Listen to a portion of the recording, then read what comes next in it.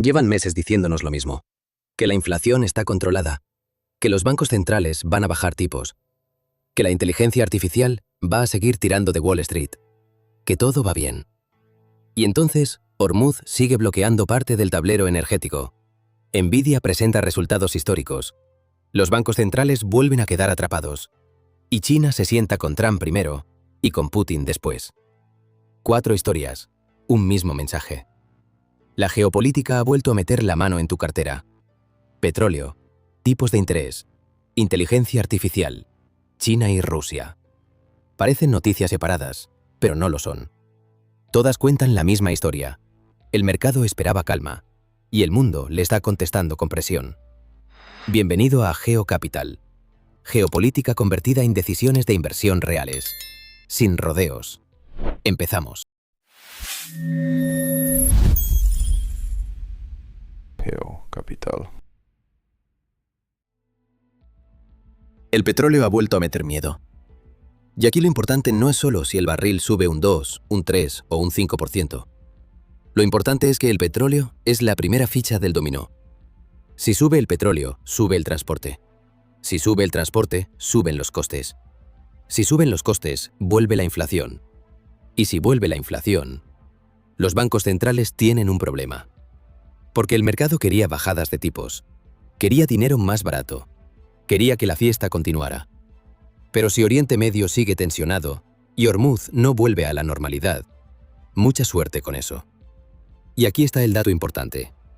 ADNOC, la petrolera estatal de Abu Dhabi, ha dicho que no espera flujos completos por Hormuz hasta 2027, incluso si el conflicto terminara ya. Eso cambia mucho la lectura. Porque esto ya no parece un susto de 2 días. Empieza a parecer una prima de riesgo estructural. Hormuz no es un punto perdido en el mapa. Es una de las arterias energéticas del planeta. Y cuando esa arteria se estrecha, el mercado no espera a que ocurra lo peor. Se cubre antes. ¿Dónde estar?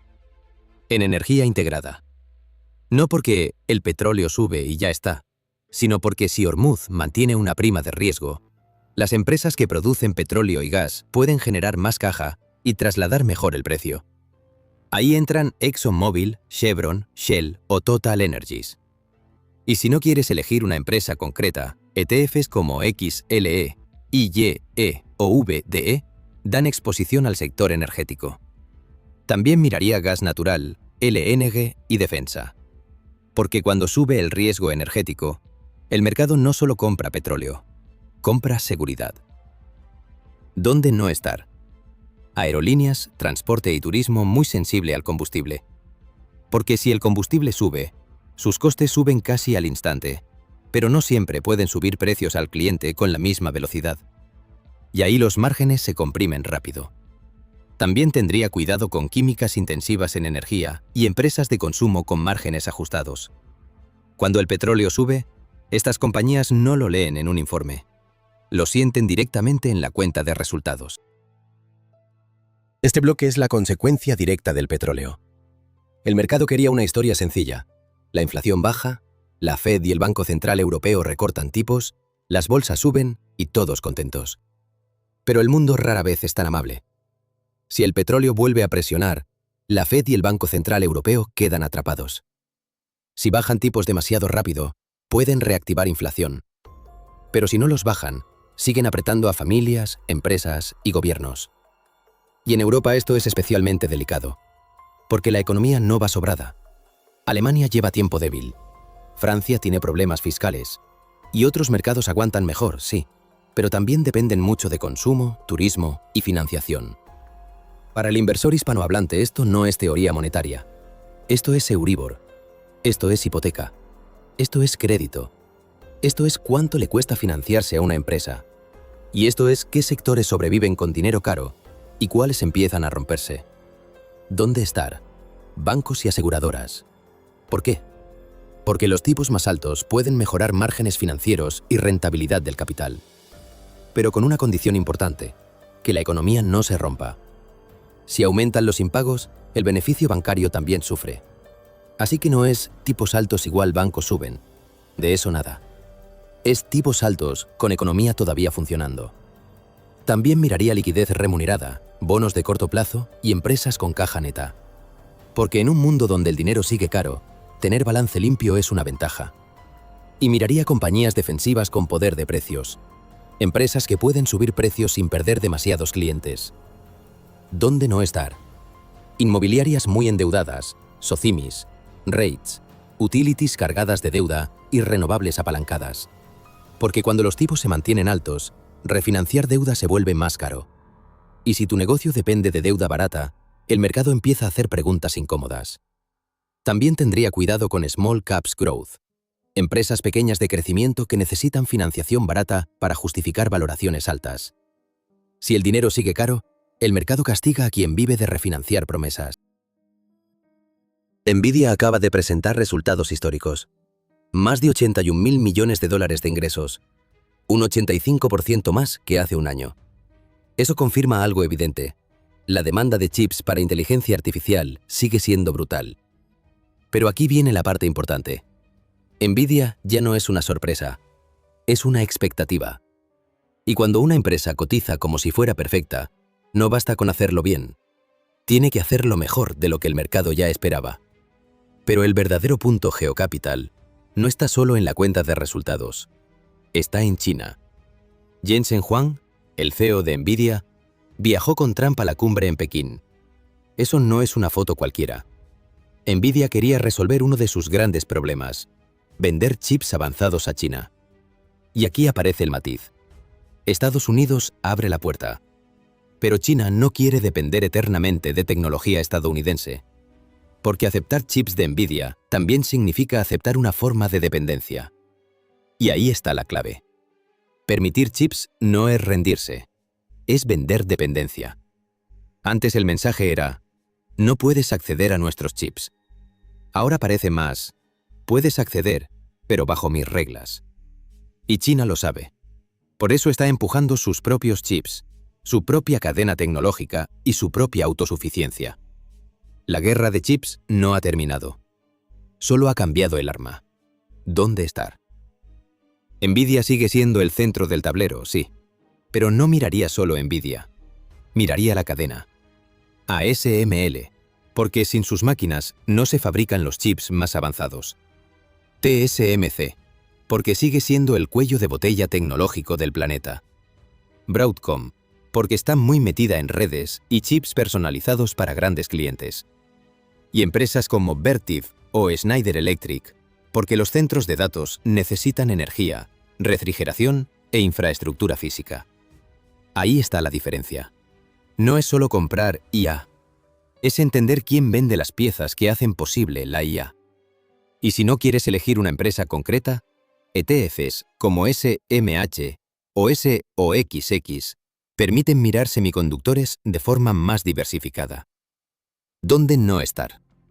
En empresas que suben solo por narrativa, software sin beneficios, small caps que viven de titulares, y compañías que gastan muchísimo en IA, pero todavía no demuestran retorno. Porque una cosa es invertir en la revolución, y otra muy distinta es pagar cualquier precio por una palabra de moda. Mucha suerte con eso. Esta semana vimos a Xi Jinping y Vladimir Putin juntos. Y la foto es potente. China y Rusia criticando a Occidente, hablando de nuevo orden mundial, mostrando unidad. Pero en geopolítica, muchas veces lo importante no es la foto, es lo que no se firma. Rusia necesita venderle a China el gas que antes vendía a Europa. Pero China no tiene prisa. Y cuando una potencia no tiene prisa, negocia barato. Ese es el punto clave. Rusia necesita a China más de lo que China necesita a Rusia. Putin necesita vender energía. China quiere energía barata, seguridad de suministro y poder de negociación. Pero no quiere regalarle a Moscú un cheque en blanco. Y eso se vio con el gran acuerdo de gas que Rusia lleva tiempo buscando. Mucha foto, mucha unidad, pero sin gran cierre. China está jugando a tres bandas. Con Estados Unidos negocia chips, aranceles y tecnología. Con Rusia presume de bloque antioccidental. Y con Occidente mantiene presión sobre tierras raras, minerales críticos, baterías y cadenas industriales. Porque China sabe que no necesita disparar un misil para mover los mercados. Puede tocar tierras raras. puede tocar imanes, puede tocar baterías, puede tocar materiales para chips y puede poner nerviosa a toda la industria occidental. ¿Dónde estar? Energía no rusa y el LNG, porque Europa y Asia necesitan alternativas si el gas ruso sigue siendo una pieza geopolítica. Defensa, porque un mundo más fragmentado significa más gasto militar. Materias primas críticas, cobre, uranio y tierras raras, porque si la industria occidental quiere reducir dependencia de China, necesita asegurar suministro fuera de Pekín. Y empresas que se beneficien de relocalizar cadenas de suministro. Porque en este tablero, la seguridad industrial empieza a valer más que el coste barato. ¿Dónde no estar? Activos rusos y empresas dependientes de energía barata rusa. Porque Rusia sigue siendo un riesgo político enorme. También tendría cuidado con fabricantes europeos demasiado expuestos a componentes chinos, autos europeos con márgenes débiles y renovables muy dependientes de la cadena de suministro china. Porque si la guerra económica se intensifica, el problema no será solo vender más o menos. El problema será conseguir componentes. Y cuando eso ocurra, el precio ya no lo pondrá el mercado, lo pondrá Pekín. Ahora une las piezas. Hormuz mantiene presión sobre el petróleo. El petróleo alimenta inflación. La inflación ata de manos a los bancos centrales. Los tipos altos presionan a empresas endeudadas. Nvidia confirma que la IA sigue siendo real, pero también que la infraestructura cuesta una barbaridad. Y China está jugando a tres bandas, mientras todos miran el titular del día. Por eso esta semana importa. No porque haya una sola noticia que lo cambie todo, sino porque varias piezas están apuntando en la misma dirección. Un mundo más caro, más fragmentado, más energético, más industrial y mucho menos cómodo para quien invierte mirando solo el gráfico de ayer. Así que resumen GeoCapital. ¿Dónde estar? Energía, bancos, defensa, materias primas críticas, infraestructura de IA, empresas con caja y compañías con poder para subir precios. Pero no como lista de compra, como lógica de mercado. Activos que aguantan mejor inflación, tipos altos, gasto energético, relocalización industrial y tensión geopolítica. ¿Dónde no estar? Aerolíneas, inmobiliarias endeudadas, consumo débil, empresas dependientes de financiación barata, compañías con narrativa de IA pero sin beneficios, y negocios demasiado expuestos a China o Rusia. No porque todo eso vaya a caer mañana, sino porque están en el lado incómodo del tablero, si el mundo vuelve a ser más caro, más fragmentado y más incierto. Porque el mercado esperaba calma. Pero esta semana recordó algo muy simple. Cuando la geopolítica se mueve, tu cartera también. Si este vídeo te ha ayudado a entender mejor el tablero, suscríbete a GeoCapital y activa la campana. Cada semana analizamos lo que mueve el capital antes de que todo el mundo se dé cuenta. Nada de esto es consejo financiero. Esto es análisis geopolítico y económico con fines informativos. Yo te explico el tablero. Tú decides cómo jugarlo.